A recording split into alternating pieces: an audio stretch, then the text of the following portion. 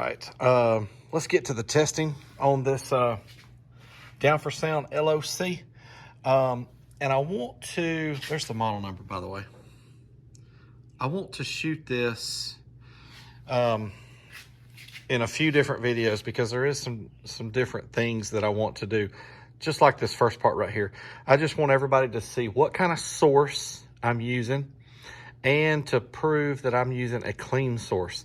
So I'm using the SMD DD1 disc, and we're gonna be doing the 40 Hertz test tone, track 1, and track 2, the 1 kilohertz test tone. I think most people are gonna be using this to hook up some subwoofers in their car off of their factory head unit, just tapping into their speaker wires. So I think the 40 Hertz is gonna be what is gonna be the most valuable here. But just for the sake of doing both, we're gonna do both because, you know, it is possible that somebody could tap in and, you know, wanna run an amp for their mids and highs. That certainly is possible. But a couple things, this is my, these are my tracks, and I'm using a Kenwood Exelon. Kenwood makes my favorite head units, and then I love all of their Exelon stuff. It has the higher RCA voltage, and I can just feel so confident that that I'm getting a good clean signal. So this thing will automatically start on track 1.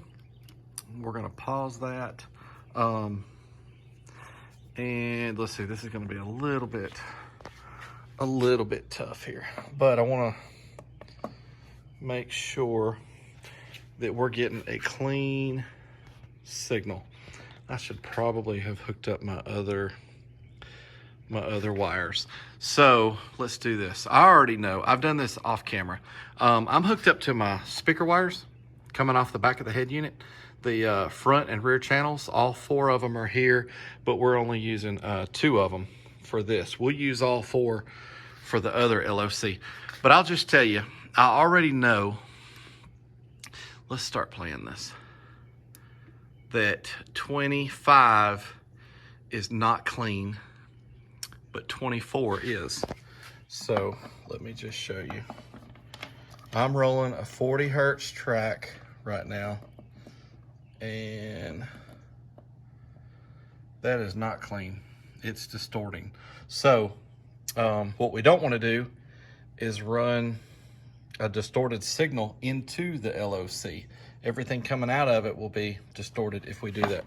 So let's drop this down. It's actually still rolling to 24. We were right here at 25. Let's go to 24. This thing goes to 35 or 36. I can't remember. So again, we're rolling that track 1, see it counting, and we are at, I'm gonna have to, there's 25, we're at 24. Track 1 of the SMD, sorry guys and now we're clean. And normally I'm using both hands, and I've got this like this, and I'm just going back and forth with the knob without having to keep undoing it like that. But let's go to track 2, which is 1 kilohertz. I've already done this off camera, so I know what it's gonna do, but I just want you guys to see. Remember, we're still at 24, so that's a clean signal. Let's see if I can do this while. All right, now I clicked it to 25. Still rolling on track 2, and now it's distorted. So what I'm just trying to point out here is 24 is clean coming out of these. And that's what we're gonna use. We're gonna use the SMD CD, track 1, track 2, and we're not gonna go higher than 24 on our testing. Because if we put distortion into this, we're certainly gonna get distortion out. So we wanna make sure we're giving a good clean signal into this. All right, so let's get to some of the other testing. All right, guys, here we go. I'm all set up. All right, so we're back up here You can see track 1, it's paused right now. Just want you to see that I'm gonna go down 1, 23, back up to 24. We know that 25 is clipping. So we're gonna be at 24, okay? I have this signal split back here behind the meters. So we're gonna be testing this one channel here, the blue. I have tested both of these off camera and I get the same results no matter what. And I get the same results whether I have my RCA split to go to both of these at the same time. That's what's going to be cool about the way I'm doing it. As I'm rolling it up, you'll see what's going on here with the DD1 and you'll see the voltage at the same time for that same channel. If I don't split my RCA, then as I roll this channel up to see what's going on here, it's showing the voltage for the other channel. So I've got my signal split, but it doesn't matter. I get the same results no matter what. So you can see I've got the gain all the way down right here right now. We don't have any signal detected, no voltage at all. Let's unpause the track. Let's just show you again, 23, let's go up to 24. And let's unpause the track. Okay, still no signal and no voltage. And I am going to slowly turn up this gain. Uh-oh. We already are detecting distortion and we haven't even detected a signal yet or 40 hertz. And we're way less than 1 volt. We're not even at 1/10 of a volt. So this is kind of like some of those that Steve Meade did. All right, let's go on up with it a little bit. You'll watch the voltage increase and you'll eventually see a signal and 40 hertz detect. There's starting to detect signal. Let's keep going, 40 hertz. All right, now we're at 1.3. Let's keep on going. The distortion light has been on the whole time. 2.87, almost 2.9 volts. Oh man, let's go back down. Let's watch that again. All the way back to no voltage. You can see that I'm turning that first channel and let's go up just a smidge. There's distortion. And as we increase signal, 40 hertz, and the voltage goes up. I'm not unhappy with that, RCA voltage. That's definitely acceptable. And I want you guys to see, we're still rolling on that same track. Track 1 of the SMD CD, you can see that it's been rolling for almost 2 minutes. Let's go down 23 and back up to 24. Guys, I don't know. This is like those cheaper ones that that Steve was showing. Well, the price didn't always reflect that, but this is one of those that just distorts the whole time. That is on 40 hertz. So I don't know. Let's try 1K and see what happens at 1K. All right, we're gonna do 1K now. I want y'all to see track 2. I've got it paused. Let's go down 23, 24.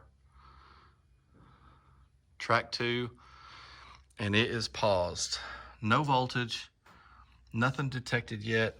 We're still testing this first channel, the blue one here. And look, I've done this off camera with both of these channels. I did a lot of testing off camera, by the way. So anyhow, let's unpause the track. All right, remember it is on. This is 1K. Well, look, see, so I already gave it away. I left the gain turned up on accident. So let's go all the way down to 0 volt, 0.000, and let's slowly go up. The voltage is going up nicely.